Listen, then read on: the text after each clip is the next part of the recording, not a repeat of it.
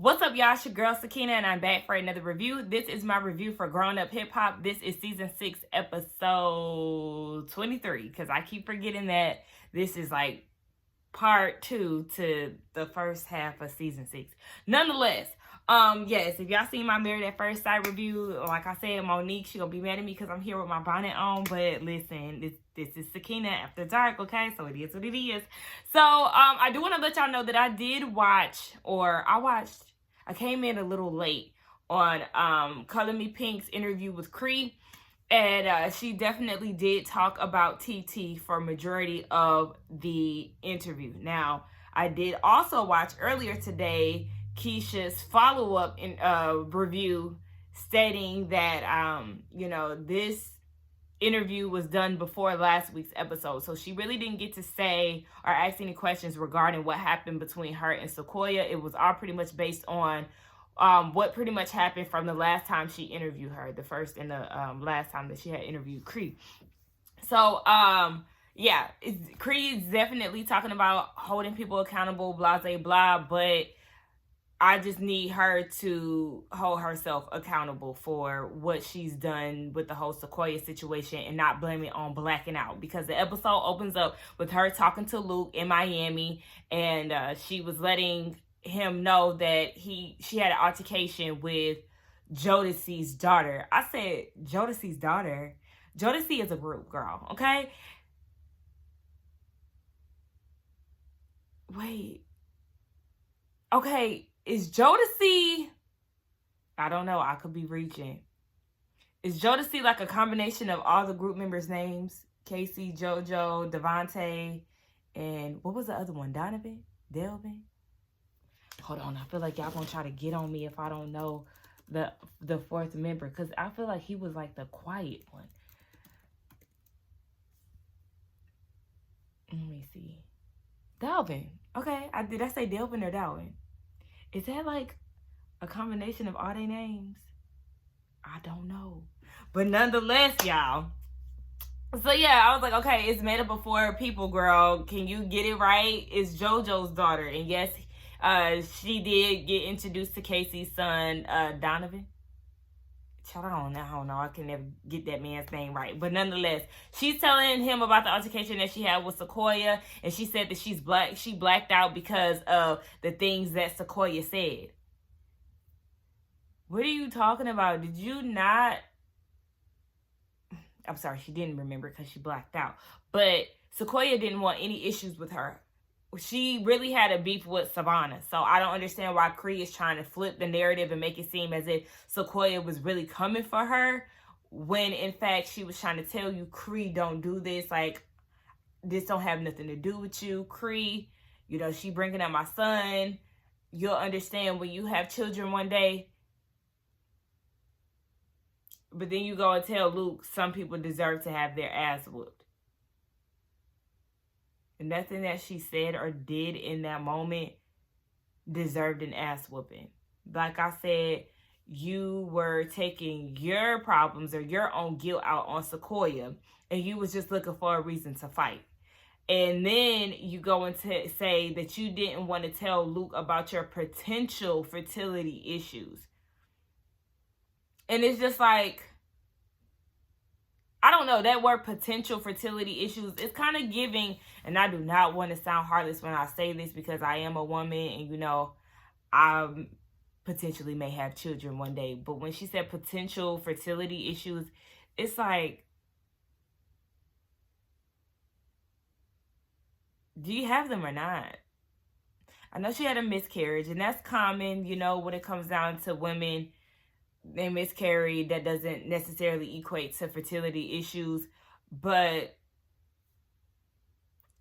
child, whatever. I'm just sitting here looking at her like, girl, here you go with the BS. But she did say that she wanted to talk to Sequoia and she wanted to apologize for her side of things, but I'm just not seeing it for Cree. She really pissed me off last week, and no, that interview that she did with Keisha did no justice. I really hope that Keisha gets to interview Sequoia and TT, because at this point, I'm looking at Cree like, bitch, you are not to be trusted.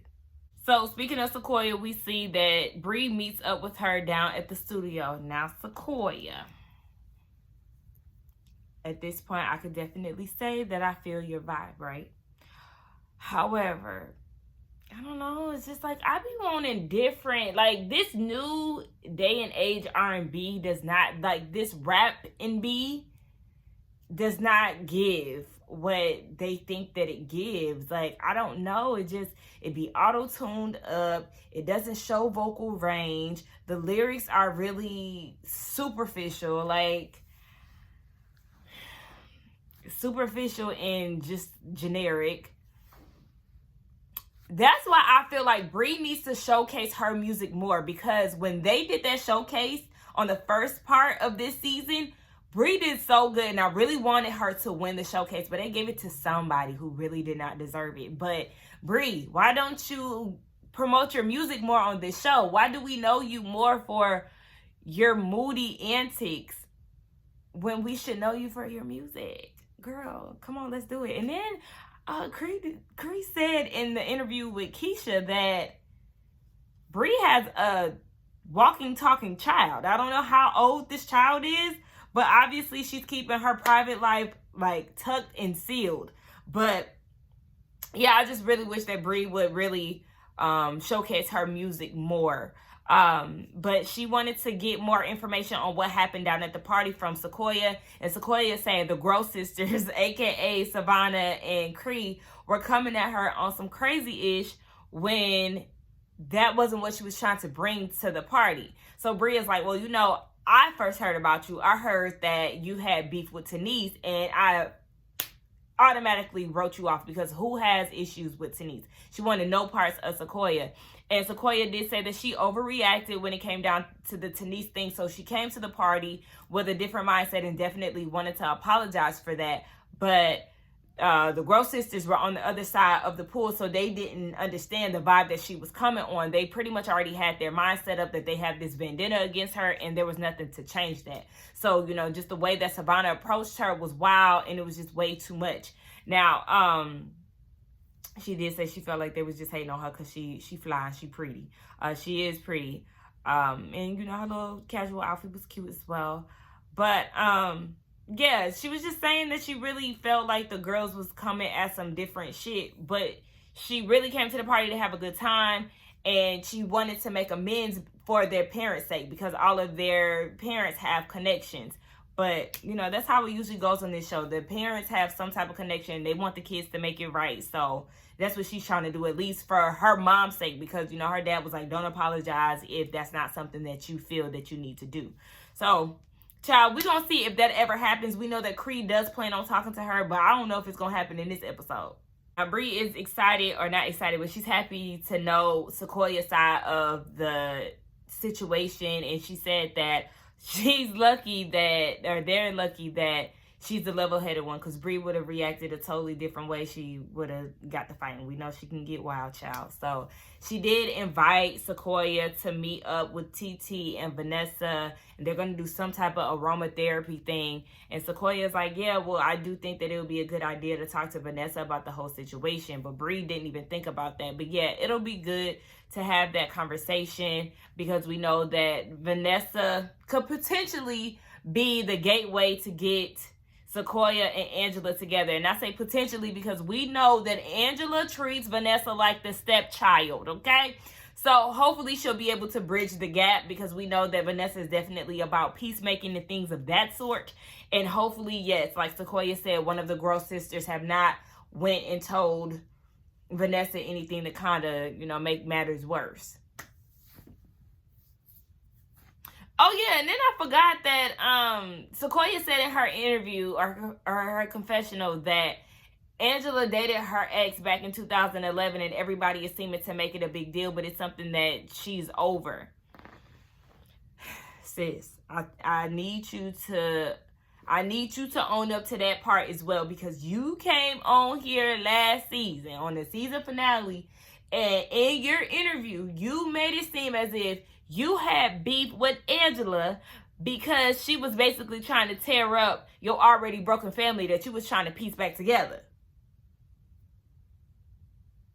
Go ahead and own that. Own that part, just like you trying to own what you did to Tenise. Then we get Sam, he's back into the fold, honey. I felt like we was better off without him in Egypt. This just kind of goes to show that the show could still be entertaining without the presence of Sam in Egypt. Remember, they threatened to leave the show, and they did say that they weren't coming back, and then they ended up right in the same place the next season. Yeah. So, anyway, Easy has gone to visit him, and he's, doing some boxing. I don't know what the hell was up with them leggings, but he basically is like a big brother to Sam, so he wanted to hear him out. And Sam gave the rundown of what happened that night. He said that it was some security guards with guns. They already knew who he was. They was calling him all kind of slurs, light skin, gay offensive terms. And then they end up jumping one of his friends. It was like 6 of them on one. Then they came running towards Sam with guns, and I guess he pulled his gun out, but he said he never let off anything. He never pointed his gun. They grabbed him, and then they start beating him up. And at this point, he is facing up to 10 to 15 years. I'm like, shit, really? I mean, we know usually when they say they give these big numbers, it's usually not the maximum time. I don't wish him to go to prison, of course, especially because it doesn't. We know people have a tendency to lie or make the story sound good for their sake. But I hope that wouldn't lead to any like serious jail time. But Easy started to say, Egypt was involved in it, and Sam said that her back was turned the whole time, but I heard that Egypt was like trying to get at one of the guys. So at this point, somebody lying, and it's probably him to save her. But then he said in his confessional that she doesn't know like the sentence time frame or the potential sentence time frame. I thought she knew that. I don't know. Anyway, he said that if he does go away, because Easy is like, with Egypt being involved in things, y'all are not boyfriend and girlfriend. At this point, y'all are engaged. Like, how would you feel about that? And he was like, she's dealt with so much for the 4 years that we've been together, and he's confident that she can make it on her own, and he would like her to pursue her dreams and, things of that nature. They even entertained the thought of starting a family. Okay.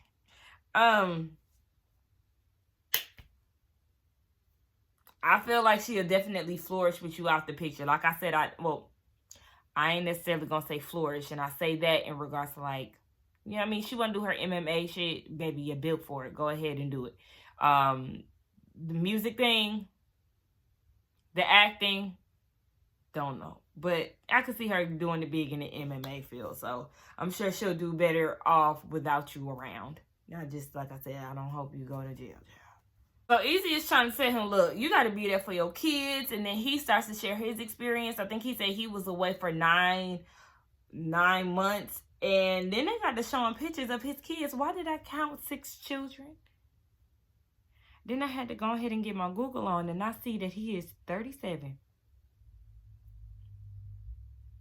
When you start having kids? Because he got arrested in 2006. He got a whole village, all right. Now, I wonder how many of them kids he got with Aaliyah. Nonetheless, I like Easy, though. He was basically trying to give him some sound advice. And, like, sometimes you got to learn your lesson by actually doing the time. Get your little slap on the wrist. But Sam ain't probably pressed about them kids like that. I'm sorry. I don't even know his life. So, I can't say that. But, like, let me be quiet because I don't like speaking on shit I don't know. Let me shut up. So, Bree, TT, and Vanessa, they meet up and they do the whole aromatherapy thing. This is what this is for. So, none of the girls were in attendance for the showcase, so they don't know Sequoia. Of course, Vanessa has heard some things because of her run-in with Tanise, and then, her issues with Angela. So, Bree is trying to give her the rundown, but, like, I can't even tell y'all what she was saying because, like, It just didn't make sense to me. So then in the midst of her telling this story, Sequoia is at the door. Unbeknownst to TT and Vanessa, they had no idea that she was going to be in attendance. So when she sits down and she's saying hi, TT is like, it's nice to meet you. And Vanessa is like, it's nice to meet you. Like, and Sequoia was like, I know, like, girl, it's awkward as hell. So Koya gives Vanessa the rundown of what happened. She said that she never wanted to fight Angela or have any issues with her. As far as Tanise, the compliment went over her head and she overreacted. And Vanessa's like, yeah, because, you know, she's pregnant and I didn't like hearing that. Y'all have to understand that she did not know that Tanise was pregnant. Tanise told no one that she was pregnant at that showcase outside of JoJo. Maybe because none of the Simmons were there, right? I think, was Angela there? I can't remember, but Koya didn't know that she was pregnant, bottom line. She didn't even want to tell y'all. So y'all need to stop with that whole thing. Like, I understand you may be upset because, yes, she was pregnant and things could have went left, but Koya didn't go in there with the intentions of trying to fuck up a pregnant lady. Like, that wasn't the case. So she did tell Vanessa that she does want to speak to Tanise, and she did speak to JoJo about it. So Vanessa said that she will relay the message over to the girls, but she can't guarantee that they'll be willing to have a sit down. I said, Angela pussy, first of all, so she's not even going to have a sit down. But in our reality, she doesn't need to have a sit down because that issue was simply Sequoia's issue that had nothing to do with Angela. So if I was Angela in that particular instance, I wouldn't want to meet up with her either.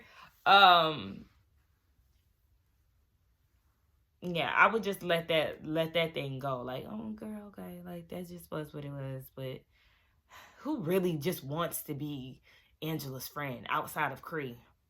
I don't know why, but anyway, yeah, so everything is fine. Of course, they want to get it right for their parents' sake. And then come to find out, Rev Run was in a Jodeci video. So see, everybody is like really intertwined and connected and stuff. Like, I love it. I just need the kids to get on board, child, because, jeez. Hold on, wait. So now we in New Jersey. Apparently, this is where Sean and TT live. And is this y'all real house? Because I'm getting the feeling that it is. And if it is, somebody lied about Sean having money. Because what? What is this? It's giving fixer-upper that ain't finished yet. Just off the angles that I seen. And by the way, I hated TT's wig in that last scene with the aromatherapy scene. Like, girl, what was that? No, ma'am. And just when they pissed me off about that house, they just pissed me off with their interaction with Tyran. So they're getting ready for this wedding, right? And like we always point out, Sean is not enthused about getting married whatsoever. Listen, it is what it is. Go ahead and marry him, TT. So Tyran comes over, and before he knocks on the door, they're talking about how they're going to approach the situation with him in this wedding, because everybody that's going to this wedding has to be vaccinated. So much so to the point where they told Tyran that he can't come in the house. He has to go around back because he's not vaccinated. He has to use the bathroom outside because they won't allow him in the house because he's not vaccinated. But then y'all go and sit in close corners around this table and have a full-on conversation about it and scold him for not being vaccinated. And trying to make it seem like y'all's wedding is the end-all, be-all. And, oh, you can't come to my wedding if you're not vaccinated. Well, if that's what he stands on, then that's what he stands on. And really, this whole vaccinated, non-vaccinated beef, like, this shit is so stupid to me. And please do not get in my comments with the stupid shit. If you are vaccinated, that's fine. If you are not vaccinated, that's fine. Like, I just need people to stop acting like this is a war between the Bloods and Crips. Like, it's just so weird to me. This is not the first time that vaccinations have been around, and there's plenty of people who have denied other vaccinations before COVID even came about. So I just don't understand why. I hate when people make big deals out of somebody else's choice. If he don't want to get vaccinated, that is what it is.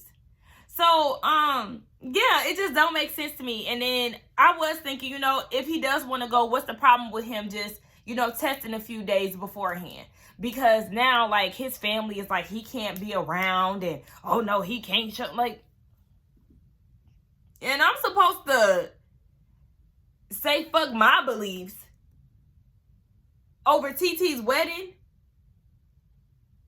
But TT's sitting right here across from me, not even 6 feet away from me, and she talking about I can't be, huh? And then Sean go and say that he has a crazy mindset. Why? Because he making decisions on his own and not following the masses. Now, TT is trying to make it seem like, I'm not saying you have to follow the masses, and I love when he filled it in for her, but you saying I should follow the masses. Ooh, child, that just did something to me. Even the fact that y'all made him pee outside. Y'all made him pee outside? But y'all comfortable with talking to him without a mask on? In close corners at a round table? And y'all got a baby in the house? But he can't come in the house, but y'all want to talk to him outside. Y'all sound dumb as fuck. Cree, the excuse maker, decides to meet up with Sequoia. And she wants to get down to what happened at Twist's party.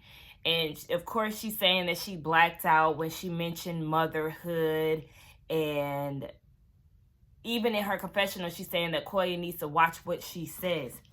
She did not say anything to you out of the way that would justify the way you acted at that party. From the jump, you and Savannah were acting like middle school girls who didn't know how to handle themselves around somebody that they did not care for. So I don't understand Cree's logic in this sit down and her continuously trying to make it seem like Sequoia just totally disrespected her. And then you started with the aggression when you came over there. No, you came over there on some civil shit saying that you want to talk to her. And then Savannah came over there in which you called her over there. So Savannah came over there. She got on her rah-rah shit. You then got on your rah-rah shit and was trying to tell her that it's okay for Savannah to bring up Sequoia's son because she was using her son as a storyline, also bringing Angela into it. So then when she tells you or reacts to what Savannah is saying and tells you, you will understand when you have a child, then all of a sudden she's being disrespectful. But you came at her aggressively in your tone when she made it clear that she wanted no smoke with you, Miss Blackout. Like, make that shit make sense. And then you heard that Sequoia said that you and Savannah were jealous because Sequoia is pretty. Somehow you made this a light-skinned, dark-skinned situation as if it was coming from a light-skinned girl's mouth. Even then, what are you talking about? And at this point, Sequoia has to gather herself because it's like, girl, I'm not even making this a skin tone issue. Like, no, I'm saying that y'all hoes is hating on me for what reason, I don't know. So is there jealousy? Cree is so weird. Like, the more the show goes on, the dumber she looks. Like, what are you talking about? There's 3 dark-skinned girls in this equation. What the fuck are you talking about? Sequoia is better than I'll ever be because at the end of the day, I would not want to move forward with someone like Cree because she did not really own up to anything that she did. She blamed it on blacking out and skin tones and Sequoia watching what she says and things of that nature. So it's like you're using excuses for the reason why you behaved the way that you did. And I'm sure you vividly remember what happened, but you're using this as an excuse. And then you're also using this potential fertility issue storyline. And at this point, I'm looking at it like, girl, shut the fuck up. Because then you bring it up and then you don't want to tell her what was said or, you know, what the issue is. And it's like, you keep trying to play victim because you had an abortion and a miscarriage. Yes, you had fibroids, but that does not necessarily mean that that is the end all be all of your maternal journey. And now I feel like you're playing on that to play victim and to excuse yourself from blacking out. Girl, Cree, fuck you, still. So Sam, Egypt, and Pep in Vegas, and he explains to Pep in Egypt that it's not looking too good. 10 to 12 years is what he's facing. And of course, dumbass Egypt, I can't even begin to think that I would be away from him for a decade. I'll wait for him. Of course. Of course. Of course your dumbass would say that. Just young and dumb. Girl, okay. So Pep then was like, let me holler at Sam by himself. So Egypt leaves, and then she pretty much gives him the same talk that Lil Easy gave to him. You can't be entertaining this foolishness. Like, you gotta separate yourself from things like this. And I'm guessing, because the way he tells the story is that, you know, they sought him out, attacked his friend, and then came charging at him with guns. How would they just randomly charge at you with guns? And then you pull out your gun. So, like, what was your part in this? Like, he's not telling his, like, I don't know if he's doing that because it's an investigation. Like, I don't know. But, child, I don't know. So, anyway, yeah, Pep is just like, you shouldn't even deal with that or entertain that type of situations or put yourself in these type of situations because shit can get real. So then he was like, do me a favor between me and you. Don't let her wait. You know, she got a life ahead of her, even if it's a year to 10 years. I don't care how long it is. Just make sure she does her. You know, the world said X, Y, and Z about me. I'm nothing but trouble. And I essentially am. I put her in this situation. So don't allow her to let me wait. That's just the consequence that I have to pay. That's the smartest thing that he said, okay, to allow her to move forward without him if anything does go down. So, child, I don't know. That was the end of the episode. Y'all let me know what y'all thought about it. This episode was kind of stale. We didn't get twist. You know, the only thing that pretty much got on my nerves was the whole Cree and Sequoia conversation, and then TT Sean and Tyran situation. Like, girl, boo. Anyway, and what happened to that destination wedding in Jamaica? Based on their house? I don't think I got the coin for that. But anyway, let's get down in the comments and talk. Don't forget to like, comment, and subscribe to my channel, and I will see y'all in the next one. Bye.